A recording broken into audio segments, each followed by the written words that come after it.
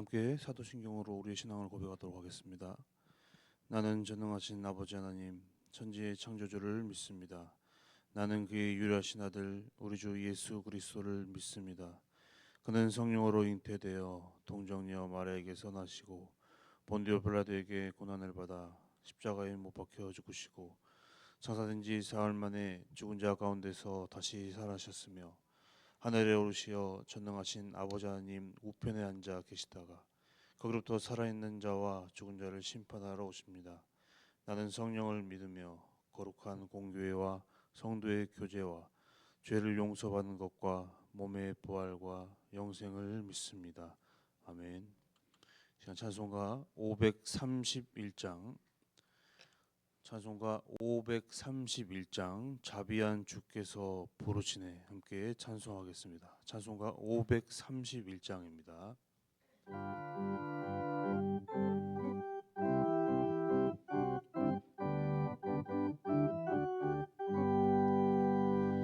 자비한 주께서 부르시네 부르시네 부르시네 사랑의 햇빛을 왜 안 받고 점점 더 멀리 가나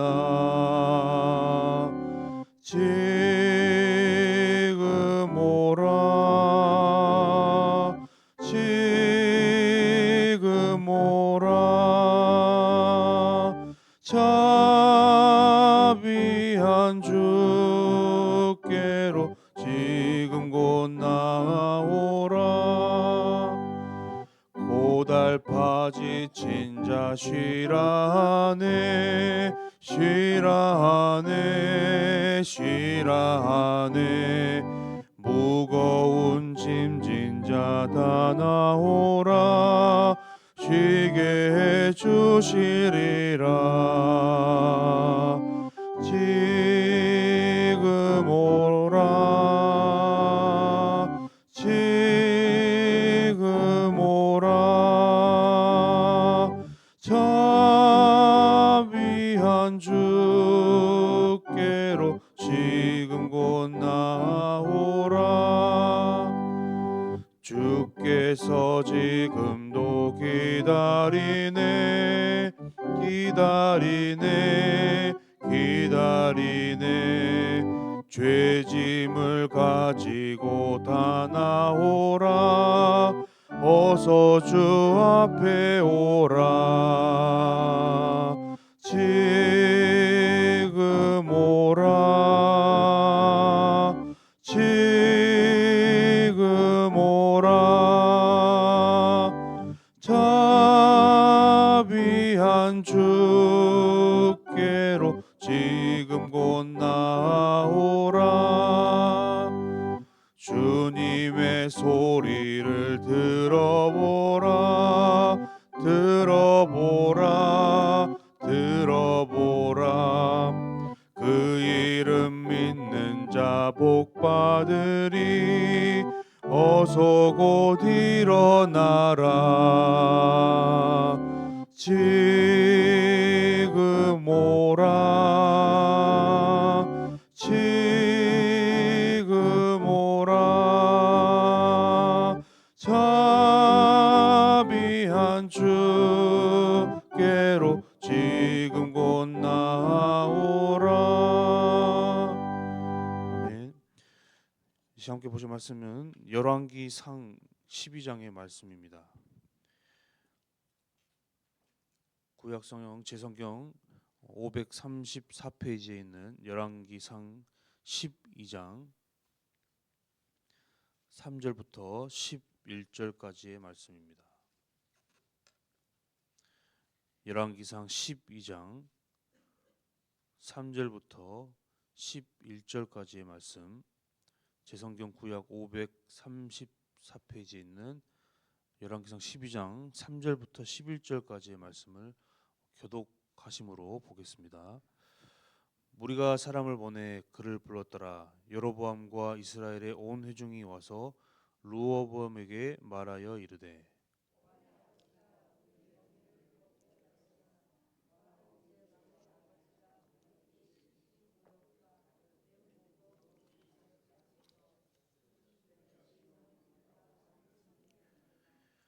르호보암이 대답하되 갔다가 3일 후에 다시 내게로 오라 하매 백성이 가니라.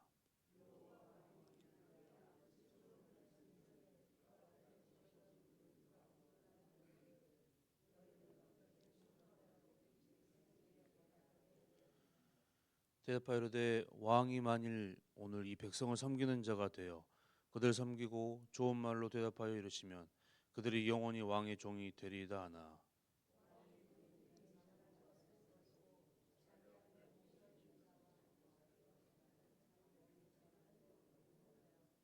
이르되 너희는 어떻게 자문하여 이 백성에게 대답하게 하겠느냐. 백성이 내게 말하기를 왕의 아버지가 우리에게 매운 멍에를 가볍게 하라 하였느니라.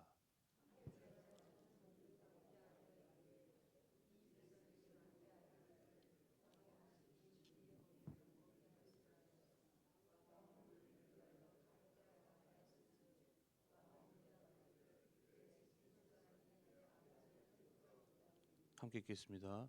내 아버지께서 너희에게 무거운 멍에를 매게 하였으나 이제 나는 너희의 멍에를 더욱 무겁게 할지라. 내 아버지는 채찍으로 너희를 징계하였으나 나는 전갈 채찍으로 너희를 징계하리라 하소서. 아멘. 네, 우리가 사회를 보면 사회의 어떤 분야를 보면 간혹 큰 업적을 남긴 사람의 자녀가 부모의 가업을 뒤따라가는 것을 볼 수 있습니다. 이들은 시작할 때부터 큰 부담감을 가지고 이제 일을 시작하게 되죠. 잘하든지 못하든지 계속 되어지는 이 부모와의 비교와 스포트라이트가 늘 따라다닙니다. 이를 잘 이겨낸 사람은 역시 다르구나 하는 대중의 환호와 박수가 따라오지만 이를 극복하지 못한다면 그저 그런 사람으로 오히려 다른 사람보다 큰 실망과 그리고 어떤 눈총을 받을 수 있습니다. 오늘 본문의 아버지 세대부터 그리고 할아버지 세대부터 굉장히 뛰어난 사람의 자손의 이름이 나오는데 바로 르호보암입니다. 르호보암의 아버지가 누구였습니까? 솔로몬이고 할아버지는 다윗 왕입니다. 다윗과 솔로몬 모두 이 이스라엘이라는 나라를 안팎으로 잘 다스려서 이스라엘을 강대국으로 키웠습니다. 사람들은 이때를 황금 시대라, 이스라엘의 황금 시대였다라고 부릅니다. 이 시기 때 이스라엘의 정치나 경제, 문화, 어떤 군사적으로서 이스라엘의 많은 발전을 이루었기 때문입니다. 하지만 하나님의 관점에서 보자면 꼭 그렇게만 볼 수는 없습니다. 특히 솔로몬은 말년에 하나님이 금지했던 것을 다 행하였던 왕이었습니다. 병거와 마병 등, 즉 군사력을 모았고 금을 많이 모았고 하나님께서는 애굽과 교류하지 말라고 그렇게 말씀하셨지만 애굽과 활발히 교류했습니다. 여자 문제는 어땠습니까? 본문 아니지만 11장 1절부터 보니까 이방인 여인을 아내로 맞이하였고 후궁이 700명, 첩이 300명이었다고 합니다. 이는 우상 숭배로도 이어질 수밖에 없는데 이런 솔로몬이 죽고 이제 그의 아들 르호보암이 이스라엘의 3대 왕이 된 것입니다. 로얄 패밀리 가문으로서 어릴 때부터 어려움이라는 것은 모르고 부유하고 풍족하게 삶을 살다가 이제 왕이 된 것입니다. 할아버지 다윗과 아버지 솔로몬 그리고 그 나라의 원로들이 세워놓은 이 영광스러운 나라를 땀 한 방울 흘리지 않고 즉위하게 된 것이죠. 설교서도에 예를 들었던 것처럼 르호보암은 이제 백성들의 많은 기대를 받고 왕이 되었습니다. 그렇다면 이러한 기대대로 르호보암이 하나님과 또 백성의 뜻에 부합한 그런 왕이 될 수 있었을까요? 오늘 보면 4절에 보니까 백성들이 이 르호보암을 찾아와 한 가지 간청을 하고 있는데 10지파의 주요 구성원들이었습니다. 4절 말씀을 보니까 왕의 아버지가 우리의 멍에를 무겁게 하였으나 왕은 이제 왕의 아버지가 우리에게 시킨 고역과 매운 무거운 멍에를 가볍게 하소서 그리하시면 우리가 왕을 섬기겠나이다 라고 요청합니다. 왕의 아버지가 누굽니까? 바로 솔로몬이죠. 열왕기상 10장 14절부터 보면 솔로몬의 재산과 지혜가 기록이 되어져 있는데요. 솔로몬이 외적으로 어떤 부귀영화와 성공을 그의 아들에게 물려주고 간 것처럼 보였지만 그 이면에는 무거운 노역과 또 세금으로 인해 신음하고 아파하는 그런 백성들이 있었던 것입니다. 솔로몬은 왕권 초기에는 우리가 아는 바처럼 선하고 지혜로운 왕이었지만 부유해지고 또한 힘이 생긴 그 이후부터는 하나님을 떠났었고 또 탐욕스러운 그런 폭군이 되었습니다. 솔로몬이 죽자 이런 백성들의 호소가 이제 수면 위로 올라오기 시작하였고 왕이 바뀌자 혹시나 하는 마음으로 지금 르호보암을 찾아와 간청을 하고 있는 것입니다. 백성의 이런 간청에 르호보암은 즉답을 내리지는 못하였습니다. 왕이 되고 첫 번째 시험대에 오른 이 르호보암이 어떤 결정을 내릴까요? 5절에 보면 3일 후에 다시 오라고 말하며 어떤 고민할 시간을 지금 벌고 있는데 르호보암은 두 부류의 사람들에게 이제 조언을 구하고 있습니다. 먼저 아버지 솔로몬을 모셨던 원로들에게 묻습니다. 원로들은 어떻게 조언합니까? 7절 말씀에 대답하여 이르되 왕이 만일 오늘 이 백성을 섬기는 자가 되어 그들을 섬기고 좋은 말로 대답하여 이르시면 그들이 영원히 왕의 종이 되리이다. 이렇게 말씀합니다. 조언합니다. 이들은 솔로몬의 흥망성쇠를 가까이서 지켜본 사람들이죠. 여로보암은 이 원로들의 말을 주의 깊게 들었어야 했지만 8절에 보니까 이 노인들이 원로들이 자문하는 것을 버렸다고 합니다. 그리고는 또 다른 부류인 자기들과 함께 자라난 소년들에게 조언을 구합니다. 그들은 어떤 조언을 했습니까? 10절에도 그 내용이 나와 있지만 동일하게 르호보암이 선택하고 3일 후에 찾아온 백성들에게 말한 본문 14절의 말씀을 우리 다시 한번 본문 아니지만 14절의 말씀을 우리 한번 읽어보겠습니다. 시작. 어린 사람들의 자문을 따라 그들에게 말하 이르되 내 아버지는 너희의 멍에를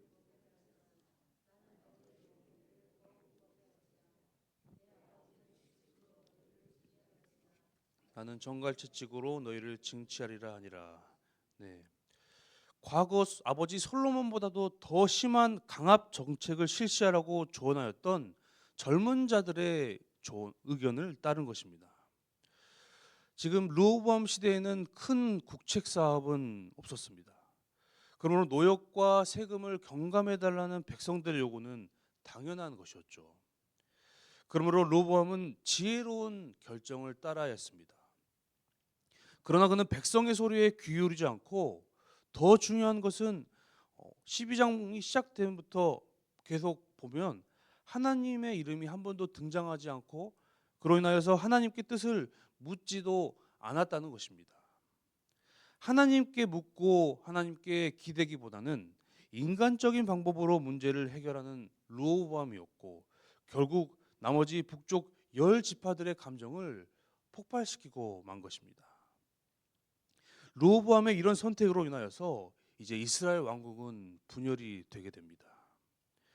16절에 백성들은 하나같이 우리가 다윗과 무슨 상관이 있느냐 하면서 민족의 영웅이고 또 하나님의 마음에 합한 왕이었던 다윗 또한 모욕하게 됩니다.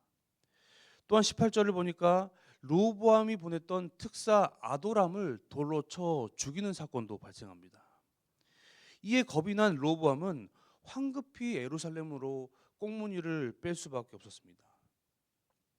레위 지파를 제외하고 10지파가 북이스라엘에 속해 있으니까 겨우 유다 지파만을 통치하는 반쪽짜리 왕도 되지 못하였습니다. 여러분, 이 시대는 사회적으로 라떼는 마리아라는 말이 있죠. 무슨 뜻이죠? 어른들의 어떤 옛 경험과 조언을 단지 어떤 잔소리로 치부하는 어떤 희화화하는 그런 말입니다. 그래서 젊은 사람들은 과거의 것들, 옛날 사람들의 말을 조언들을 잘 받아들이지 않는 그런 성격과 어떤 사회의 어떤 분위기가 있습니다. 그러나 또한 보면 성경 또한 옛날 책으로 치부하는, 단지 도덕적으로 치부하는 이 시대의 사람들이 얼마나 많이 있습니까? 우리는 본문의 이 르호보암처럼 어떻게 보면 신앙의 풍요를 물려받은 세대입니다. 믿음을 받아들이기 힘든 불교와 유교의 사회에서 자유롭고 편하게 하나님을 예배할 수 있는 그런 시대입니다. 전쟁의 상처를 딛고 여전히 빈부의 격차가 존재하지만 세계적으로 남부럽지 않은 나라가 되었습니다. 하지만 변하지 않은 사실은 오늘 본문의 르호보암처럼 우리에게도 선택의 순간순간들이 다가온다는 것이고, 그 결과는 르호보암처럼 엄청난 결과로서 돌아올 수 있다는 것입니다. 그렇다면 우리는 어떤 선택을 해야 될까요? 무엇을 먹고 무엇을 입을까 하는 가벼운 선택부터 직업의 선택 등, 배우자의 선택 등 인생에 큰 영향을 미치는 선택들이 많이 있습니다. 성경 속에도 보면 아담과 하와는 어떤 선택을 했습니까? 선악과 앞에서 선악과를 먹는 선택을 하고 에덴 동산에서 자신들이 누릴 수 있었던 그 많은 축복을 빼앗기고 말았습니다. 또 에서는 배고픔으로 말미암아 팥죽을 장자권의 그 축복보다 더 우선되게 생각하고 선택하여서 동생 야곱에게 그 장자권의 축복을 내어주고 말게 됩니다. 또한 아브라함의 조카 롯은 비옥한 소돔과 고모라 땅에 살았지만 거기에서 어떤 탐욕에 빠져서 아내를 소금 기둥으로 잃게 되고 겨우 몸만 빠지게 되는 것을 우리는 볼 수 있습니다. 이처럼 성경의 많은 인물들이 선택의 순간을 경험했고 그 결과가 어떠했는지를 우리는 볼 수 있습니다.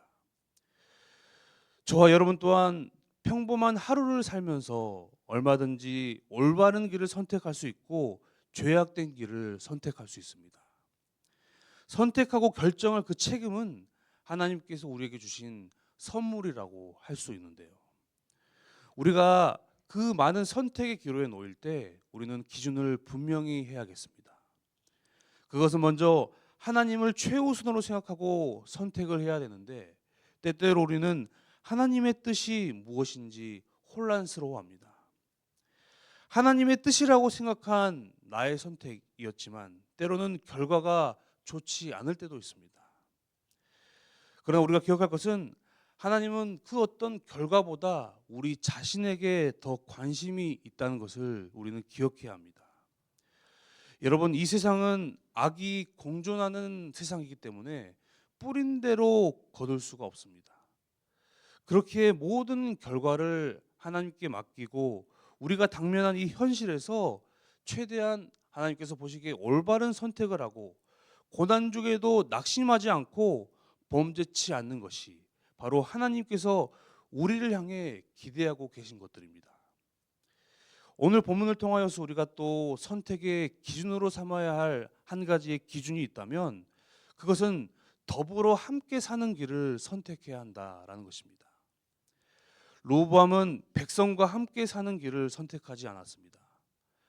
백성이라는 그 자리에 있었지만 어떻게 백성을 잘 다스릴까 그러한 고민은 하지 않고 로얄 패밀리라는 그런 특권 의식을 여전히 갖고 선택을 했기 때문에, 또한 자신의 명예와 권위, 재물을 모으는 그 이익 등만을 생각했기 때문에 분열이라는 결과, 또 하나님께 버림을 당하는 그러한 결과를 맞이하게 됩니다. 하나님께서는 레위기에 곡식을 거둘 때에 가난한 사람이 가져갈 수 있기 위하여서 다 거두지 말라고 말씀하셨습니다. 그리고 고아와 과부와 객, 이런 사회적으로 어려운 사람들을 돌보라고 말씀하셨습니다. 또한 예수님의 공생의 활동 중에 만나셨던 그 사람들의 면면을 살펴보십시오.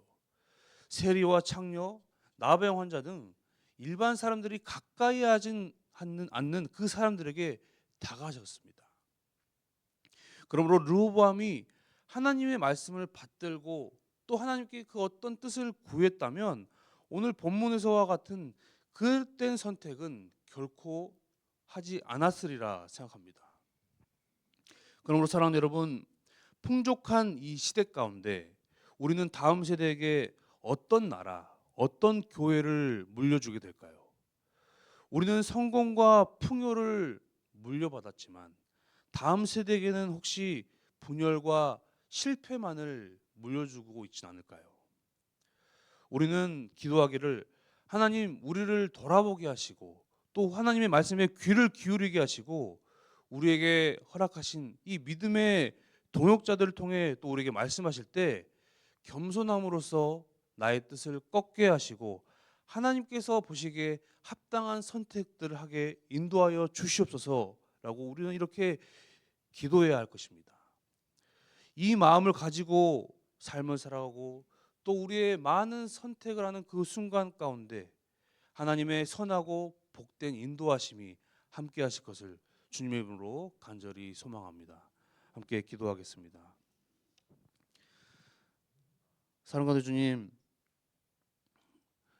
우리를 땅 가운데 보내주시고 또 많은 선택의 순간 가운데 주님 우리가 있습니다. 아버지 그런 순간 가운데 아버지 하나님께서 우리에게 주시는 마음은 또 평안과 희망임을 깨닫고 불안과 걱정 또 하나님보다 높아지려고 하는 그런 마음이 있다면 주님 꺾게 하여 주시옵소서. 우리의 선택들이 믿음의 선택들로서 채워지고 그로 인하여서 우리의 삶이 나의 선택이 아니라 하나님의 뜻에 맞는 선택들로서 채워지는 그런 복된 삶이 복된 인생이 될 수 있도록 인도하여 주시옵소서. 감사드리며 사랑하신 예수 그리스도의 이름으로 기도합니다. 아멘. 네, 오늘 함께 기도하시기로는 교역자와 항존직 또 다음 세대를 위해 함께 기도하겠습니다. 항존직이 뽑혔고 또 우리가 계속해서 기도를 해야 할 줄로 믿습니다. 그러므로 교회를 섬기는 모든 교역자와 또 항존직들 이들이 사랑과 성령 충만함으로써 교회에서 사역할 수 있게 하시고 또 각각 맡겨진 사역들을 잘 감당할 수 있기를 함께 기도하겠습니다. 또 상봉의 다음 세대들이 주님을 알고 주님이 쓰시고자 하는 일꾼으로 굳건히 자랄 수 있도록 기도해 주시고 각자의 기도의 제목으로 기도하시다가 자유롭게 돌아가겠습니다. 함께 기도하겠습니다.